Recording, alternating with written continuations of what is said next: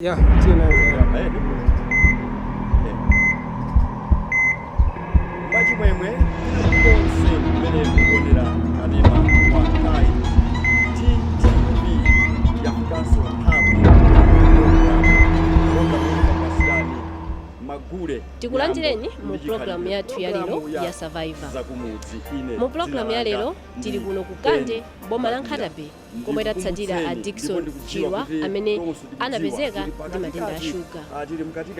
Mu program imeneyi akhale akutilongosolera mmene moyo wawo wakhalira chipezekereni ndi matenda amenewa. Muli ndine Patience ndingoti khalani pomwepo kuti mumve zambiri. Maboma atu ndicho kujambula magure osiyana-siyana osiyana-siyana zimene zimachitika maboma atu amene wakuzira wakwino dziko lokondedwa dziko la Malawi kwa cha mliri wa COVID-19. Ine dzina langa ndine Dickson Chilwa, ndinabadwa pa 21 May 1955. ndinabadwira kumuzi konkuno mumuzi mwa Group Village Manyambwane. Nditakutenga kansiku pang'ono nayamba school pa Kande Full Primary School. Ndinaphunzira school yanga pa Kande kuchoka standard 1 kufika standard 8. Mu chaka cha 1973 ndinakhoza mayeso standard 8 kupita ku Robert Breck Secondary School kudowa kumene ndinakaphunzira kuchoka form 1 kufika form 4. Nditafika form 4 1977 ndinakhoza mayeso anga a form 4 ndipo anandisankhira kuti ndipite ku university. Ndinapita ku university ku Polytechnic kukatenga diploma in engineering. Nditapita umene kujaku ndinaphunzira maphunziro anga mpaka 1980 3 years ku university ku Polytechnic kutenga diploma in engineering. Nditachoka pamene popo ndinazayamba ntchito 1982 ndinasiya ntchito kumapanga ma business. Kuzafika 1989 ndinaganiza zobwera kuno kumudzi poona kuti makolo mayanga ndi wovutikira kukalamba ndinazakhala pano pamuzi. Komabe sinasiye kumapanga ntchito ngati kumaphunzitsa mu maskulu. Mu chaka cha 1993 pamene boma linatenga ma temporary forest reserve kubweresa kwanthu, ineyo ndinazasankhidwa kukhala chairman wa Makwalakwata Forestry Reserve. Ndipo nditakhala chairman ndinayendesa komiti kufika mchaka cha 1996 boma la ku Sweden linanitumizira mzungu mozi kuti azapange research, ndipo amakhala ndine atapanga research yake anabwerera kwawo kukatenga PhD yake. Mu chaka cha 1997 ananitumiziraso mzungu wina student anazapanga research, ata series za research yake anabwera kwao kukatenga master's degree. Mu chaka cha 2000 boma litapasidwa makobiri ndi a World Bank anandituma ku Zimbabwe kumene ndinakaona za ukadaulo kumene mitengo amazaira zatha ku Zimbabwe. Ndipo nakhala ku Zimbabwe masiku owerengeka ngati 8 days ngati sakulakwa. Nditayendera madera ambiri a Zimbabwe kuona ma forestry plantation yawo. Nditabwerako nabwera pano pamudzi kumapitiliza ntchito zanga za forest. Kenaka atabwera Total Land Care ndinagwirana nawo zanja ndilitwana zandiphunzitsa kuzala bowa. Ndimazala bowa ndimagulisa ma PTC mabishi mapezako makobiri oti ndizilelera ananga pamuzi. Maganyo akuphunzitsa ma private Sunday school sini masiabe ni waphunzitsabe mpaka mu chaka cha 2005. Mu chaka cha 2005 mu mwezi wa July ndinazayamba kuona kuti thupi langa likumafoka. Chochitika ndi chani? Ndimapita kuchipatala amandipasa mankhwala amaganiza kuti mwina mwake ni malaria. Mu mwezi wa September naona kuti zikupitirirabe. Kufika mwezi wa October 2005 naona taya apa ndafika ndiye pena pake. Nditapita kuchipatala nditafotokozera mmene ndikubvera. Anandifunsa mafunso angapo ndithu koma ndimafotokozera kuti ndikumakoza pafupi ndikumamva njala komanso kumafoka thupi lonseli. Pamene ndakhala kumakhala ngati mwinake ndifuna kugona mutuso nkumapweteka. Ndiye apa chipatala pa Kande nthawi imeneyo tili ndi medical assistant Mwanyongo, Joseph Mwanyongo, anazandituma nipite kuChintheche. Nditapita kuChintheche ananena kuti nangu upite ku Nkatabe District Hospital. Nditapita ku Nkatabe District Hospital panali pa 30 October 2005 anandiyeza ndipo anandipeza kuti ayi ine ndili ndi matenda a shuga. Nditabwerako nditafotokozera medical assistant pakande anandifotokozera kuti amene akupezera ni matenda awawa musataye mtima, chachikulu nkusatira malangizo. Ndiye anandifotokozera zoti ndizisatira. Choyamba anandiuza kuti ndisiye kudya nsima ya kundole. Anandiuza aso kuti ngakhale gramiluka ya ufa woyera ndisamadye. Anapitiliza kundiuza kuti ngakhale chinangwa nditachifuna motani ndisamadye yayi. Ngakhale nso mbatata. China chilichonse chimene chili ndi eni yake pa chizungu amati glucose kapena starch ndisamadye, mpunga wonse ndisamadye. Ndiye ndinasatira zimenezo. Komabe ndimavutika, ndimafoka kwambiri, ndikamadzuka mawa ndimapezeka ndilibe mphamvu. Akazi anga amavutika chifukwa amazuka pakati pa usiku 12 o'clock kumandiphikira chakudya kumadya. Tikanena zotaya mazizi aya singathe kunena. Usiku umodzi kupyola pa 5-6 times ndimaita kukhala ndikandowa nyumba kusukwa bedi kumataya mazi imene omwe chifukwa ndimavutika ndithu. Kumatulukira kunja ndimaona ngati kuti mna mwakeso ndivuto lapadera. Nditakhala chomwe chija mu chaka cha 2006 mkulu wina akanandiuza kuti upite ku Mzuzu kuli doctor wina yake wa China ukamfotokozere. Ndinanyamuka pano ndinapita ku Mzuzu nditamfotokozera doctor wa China uja anandiuza kuti ilo si vuto. Anayamba kundipasa mankhwala akwawo ku China yani yake ankati herbal medicine. Mankhwala awa inali glibenclamide ndi ena amachedwa mu chakwawo kwa matikioke tablets. Ndi mama mankhwala amenewo. Glibenclamide ndi mama ndisanayambe kudya chakudya. Ndikangosiriza chakudya ndi mama ena wa matikioke tablets. Ndiye nakhala ndikumwa mankhwala ku China kuchokera mu chaka cha 2006 kuzafika mu chaka cha 2012. Kuona kuti mankhwala ochokera ku China sakupezekanso kwambiri ngati mena nkapezekera kale. Ndiye ndinazasiya kuyamba mankhwala amene ndinkatenga ku chipatala ku health center. Akasowa ku health center ndimapita mu pharmacy kumakagula mankhwala amene ndinkagula ndi glibenclamide. Ndiye kunabwera doctor wina yake ochokera ku America anandiuza kuti usamango omwe abi glibenclamide yekha koma uzisakaniza glibenclamide and metformin. Ndiye kuchokera mu 2014 ndinayamba kumwa glibenclamide and metformin. Glibenclamide ka tablet kamozi, metformin iso tablet imozi kumamwa mawa, mazuloso chimozi ndikamapita kugona. Ndiye ndakhala ndikumwa mankhwala awa kuyambira 2014 kufika lero. Koma chinthu chimozi chimene anandiuza ndichoti ngakhale kumwa mankhwala uonesese kuti zakudya zimene ukudyazo zisakhale zakudya zimene zili ndi ngati starch kapena glucose. Chifukwa glucose yo ndi starch yo ndi amene akukuononga kukupangisa kuti matendawo asamathe. Komanso usamangokhala pamodzi yayi, uziyendayenda moti thupi lakolo uzikhala ngati kupanga ma exercise kuti matendawo a sugar azisika mthupi mwakomo. Ndiye ndakhala ndikupanga zimene zija chomwe chija mu chaka cha 2017 ndinazaganiza kuti ndikumatopa kwamakayezesa ku chipatala kuti ndione sugar level yanga. Ndiye ndinakagula zipangizo zimene ndimazibayira kuchala ukuku nkuyeza magazi kuti kodi sugar yanga ili normal. Ndiye madokotala anandiuza kuti ngati ukafuna kuti uziwe kuti sugar yako ili normal uzionesesa kuti sugar yako izikhala pakati pa 100 ml ndi 150 ml. Ikangokhala pasi pa 100 ml ziwa kuti sugar yakoyo ndi low sugar kukhala uli mavuto. Ikangochita shoot 150 ml pamwambapo ziwa kuti subnormal uvutika, koma uzionesesa kuti zikhala pomwepo. Ndiye ndinayesesa kuti ndiziyeona kuti sugar yangayi ndikaziyeza isamakhale below 100 ml kapena isamakhale above 150 ml.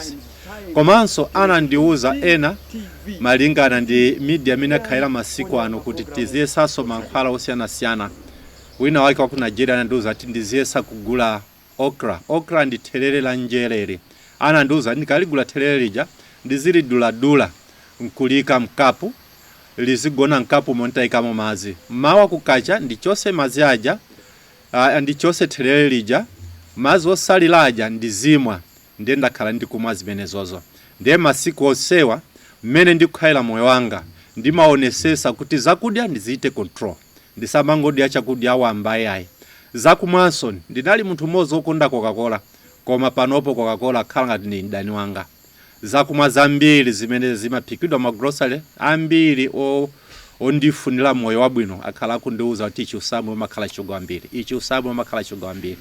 Mmene ndilili panopo na tikanena za sugar, ine sugar spoon yosirizira ya sugar ndinamwa pa 30 October 2005 mawa ndikonzekera kupita kuchipatala. Kuchoka siku limene lolo ine sugar sindikumlawa, ndikungolawa zakudya za sugar kuchokera mwina mwaika uba fruits ena ndiyena khala ngati mango kaya ma oranges nkumene ndimalawirako za sugar. Koma kuti ndingotenga sugar direct DKMT ayi. Mmene ndilili panopo ndimene mwandipezera muno zaka 16 zimene tazakwanise pa 30 October ndikudwala matenda a sugar. Ndaona kusintha kwambiri chifukwa kalelo siningayende ngakhale 100 meters, koma panopo ndikumayenda pa tsiku mwina mwake 8 kilometers kupita umene ndikupita 8 kilometers kubwerera popanda vuto linali lonse. Kalelo ndimavaso njala pafupi kwambiri, kwa masiku ano ayi ndikhoza kungodya breakfast mawa siku la thunthu osadyaso kena kalikose mpaka madzulo ndidye sapa. Amene akudwala matenda a sugar ndiyauze ndikuwasimikizira kuti asadye nkhawa. Chachikulu nkusatira malangizo. Mankhwala amene akulandilawo asasiye kumwa. Ngati akulanda glibenclamide kusakanirana ndi metformin azimwa mapilisiwo mawa ndi madzulo. Koma zakudya ngati alokonda kondole asiye kudya kondole. Ngati amadya gramiro asiye kudya gramiro.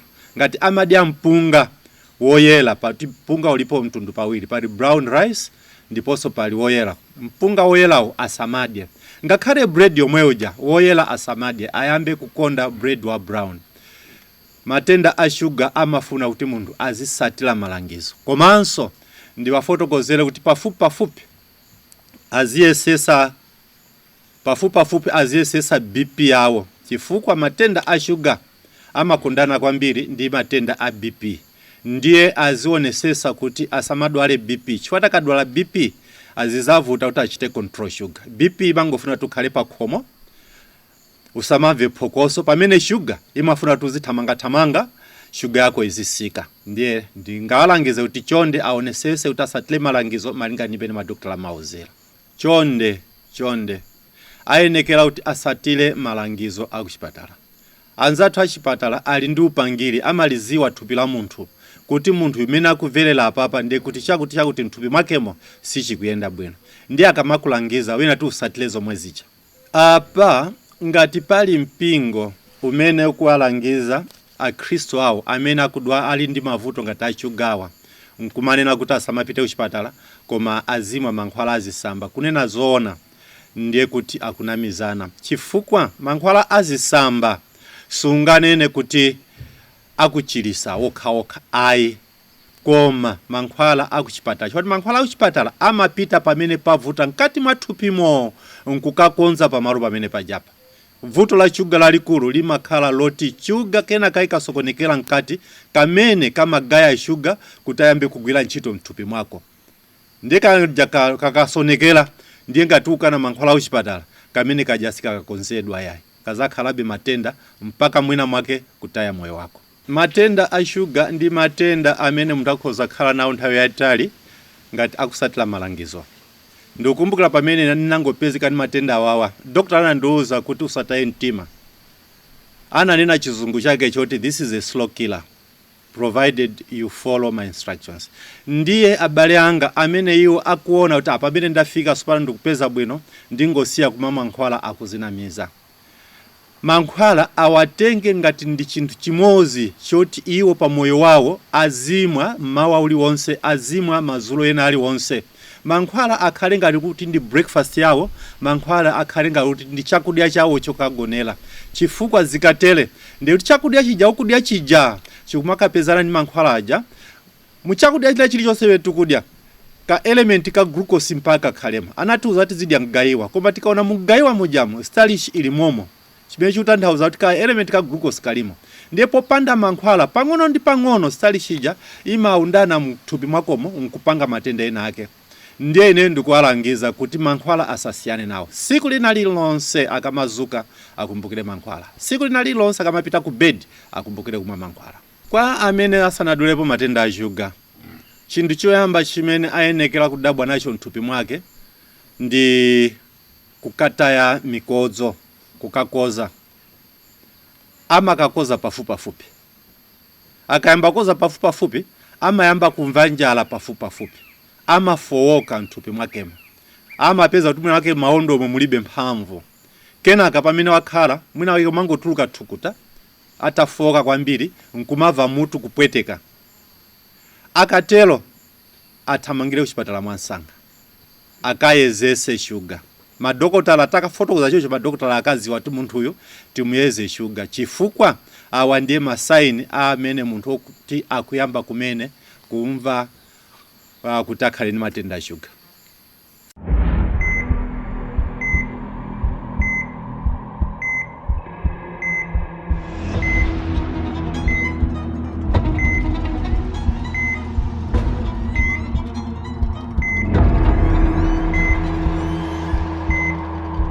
Munthu odwala sugar, ma side effects yake kuti akadwala nthawi yayitali imakhala imene pachizungu amati paralysis, ndipo kapita kuchipatala amakakupasa mankhwala a peripheral neuropathy. Umava zazi muzala za kumyendo ndi mmanja. Ena akafika pena pake otakapyola miyezo imakhala stroke ndithu, chifukwa choti maparts ena mthupi mwakomo za magazi sakupitako akhala blocked ndi sugar. Koma poti mankhwala kuti tikanene kuti ali ndi side effect apo aiko amatenda awo ndiye amene akakhala nthawi yayitali mthupi mwako umamva masaini amenewo. Ine menda khalela pano chakudya changa ndi mgayiwa. Zivute zitani mu nyumba amene atumpezeke mgayiwa ndithu. Ufa wa mgayiwa ukhalemu ndiye chakudya cha ine. Kondole ndi sima yakuno step food ya Nkhatabe ndinasiyana naye. Pamene ankandiuza ndinapsa mtima kwambiri chifukwa ndimayikonda. Tikadyera ndi batala nsombayi imakoma koma lelolo ayi ndithu ndi apongozi anga. Mubanja mwathu ine ndine oyamba, palibe amene anapezekaso ndi matenda aotero.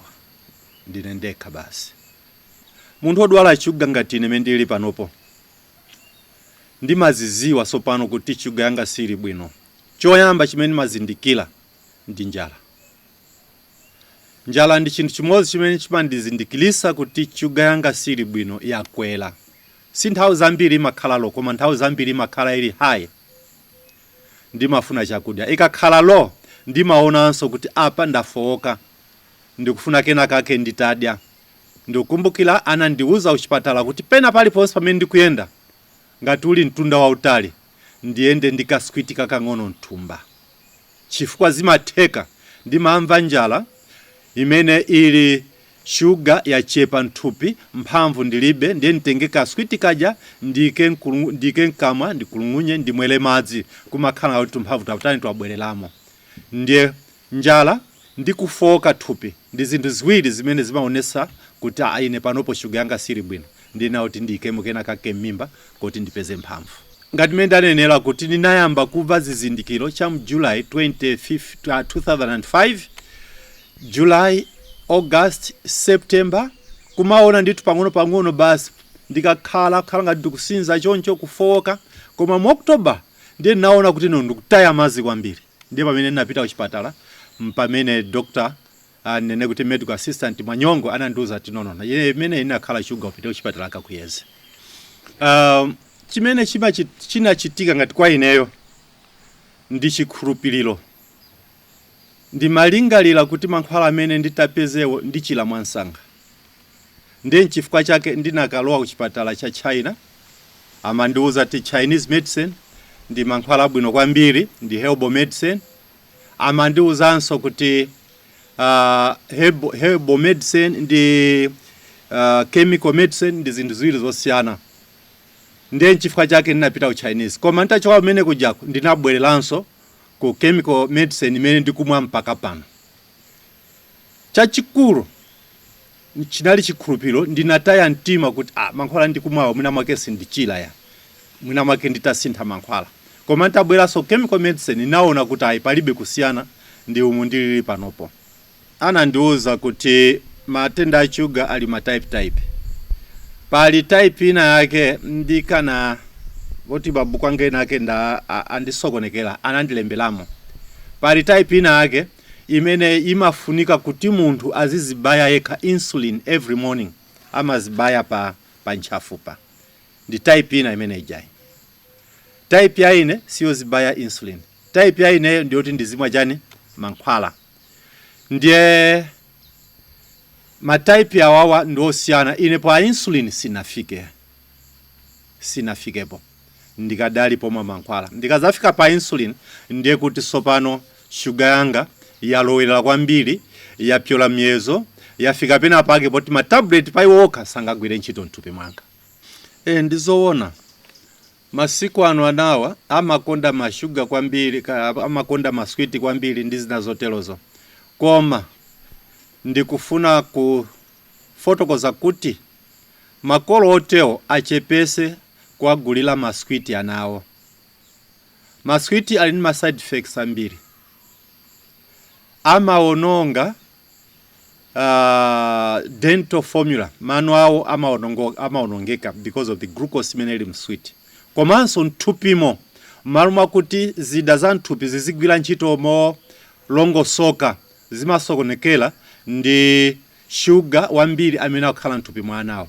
Ndiye kuli bwino kuti azichepesa, asamapase maswit nthawi zambiri, kapenanso sugar yomwe ija tiuja asamango ayikiramo mashuga ambiri, azonesesa azichepesa kuti anaja zinthu za glucose asamazikonde yayi. Kuli bwino kumapasa zinthu ngati mene alili kamba uja, kamba ali bwino because kulibe sugar wambiri kusiyana ndi sweet kuli sugar wambiri amene otakhoza kuononga ziwalo zina zake za ana mkati mthupi. Chenjezo kwa akuluakulu ngati ineyo ndakhala ndikuwauza anthu ambiri amene amakonda zinthu zosekemera kuti chonde sindikudziwa kuti mwina mwake kudwala kwanga nchifukwa ndinkakonda Coca-Cola kapena ndinkakonda kumati. Koma mwina ndi mwinamu zili ndi side effect chepesani.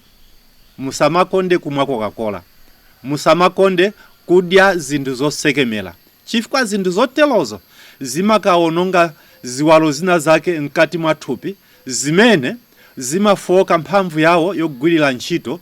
Sugar amakhala wambiri, and as a result chwati sugar kukhala wambiri sakugayika yayi, umuntu amayamba kumwa madzi kwambiri. Akayamba kumwa madzi kwambiri ziwani kuti pasiku aziyamba sotaya madzi kwambiri, sugar pang'ono akumwitana diabetes kulowa nthupi mwake, kenaka akuzapezeka kuti akudwala matenda a sugar.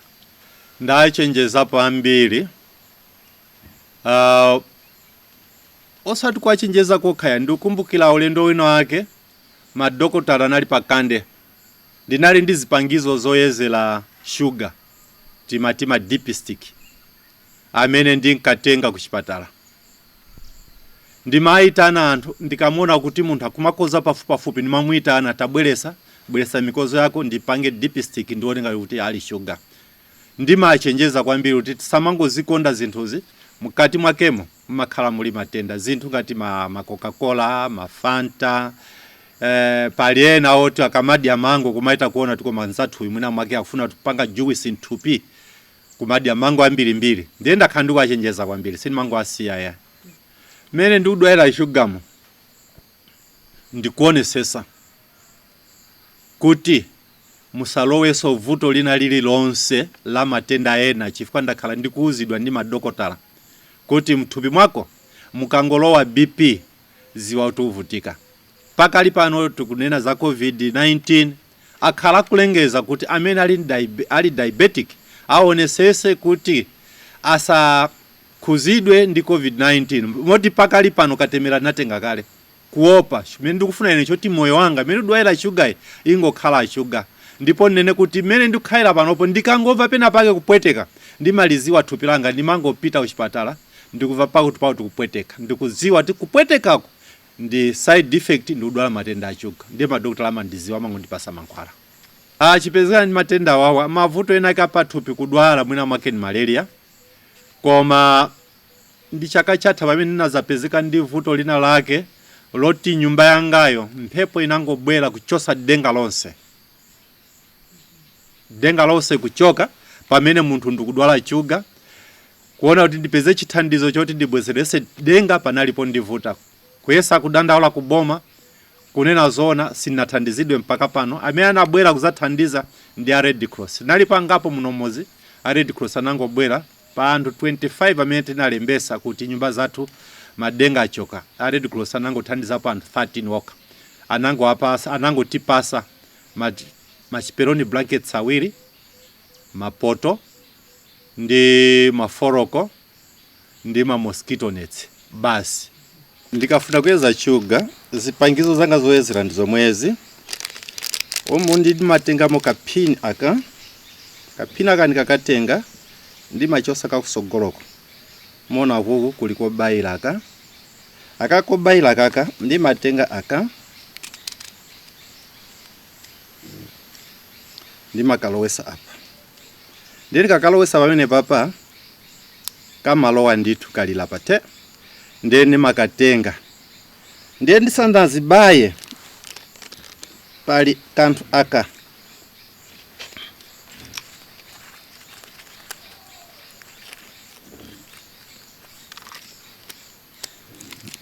tunateta pali kena kake kamene ndimachosa ndimapuputira uku kuchosa ngati kuli ma James enayo aliwonse ndikapanga chomwe chija ndiso pa ndimazibaya ndi akakaka ndimachita pressure papa ndikazibaya papa ndiye aka ndiye nkamachini kamene ndimaziyezera magazi umu mumakhala kena kake aka kamene ndimayika uku ndiye magazi aja ndazibaya aja ndimabweresa akaka kuzatenga magazi apapa ndikabweresa magazi apapa ndiye akaka poti apa battery flat komabe pakuoneka mkono pakuonekera apa malemba wawa ndi malemba amene amandiuza kuti blood level yanga ili mwakuti ndiye ndikaziona kuti ngati kali below 150 mils kumafika 100 mils ndimaona kuti ndili bwino, koma ikakhala below 100 mils ndimadziwa kuti sugar yanga ili low ndiye nekala kuti mwina mwake ndidiye kaswiti pang'ono kuti sugar ite ngati atani yakwera. Ikakhala above 150 mils ndiye ndimati sugar yanga ili abnormal ndionesese kuti tsiku limene lolo ngakhale ndinakonda kandi mafuna kuti ndidiye mango kapena chimanga chokazinga ndionesese kuti zinthu kati zimene ndisazidye ayi mpaka pamene sugar yanga yakhalira at least within the range of 100 to 150 mils. Ndizo ezela zanga zimakhala zomwezisi.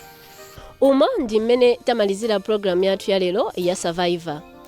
Program yathu ya lero tinali kuno kukande mboma la Nkhatabe komwe timacheza ndi ya Dickson Chilwa amene anapezeka ndi matenda a sugar mchaka cha 2005 ndipo akhala zaka 16 akudwala matenda amenewa. Munali ndine Patience Lunda ndingoti khalani pomwepo kuti mupitirize kuone ma programs ena pano pa Times TV. Mwakoma nonse.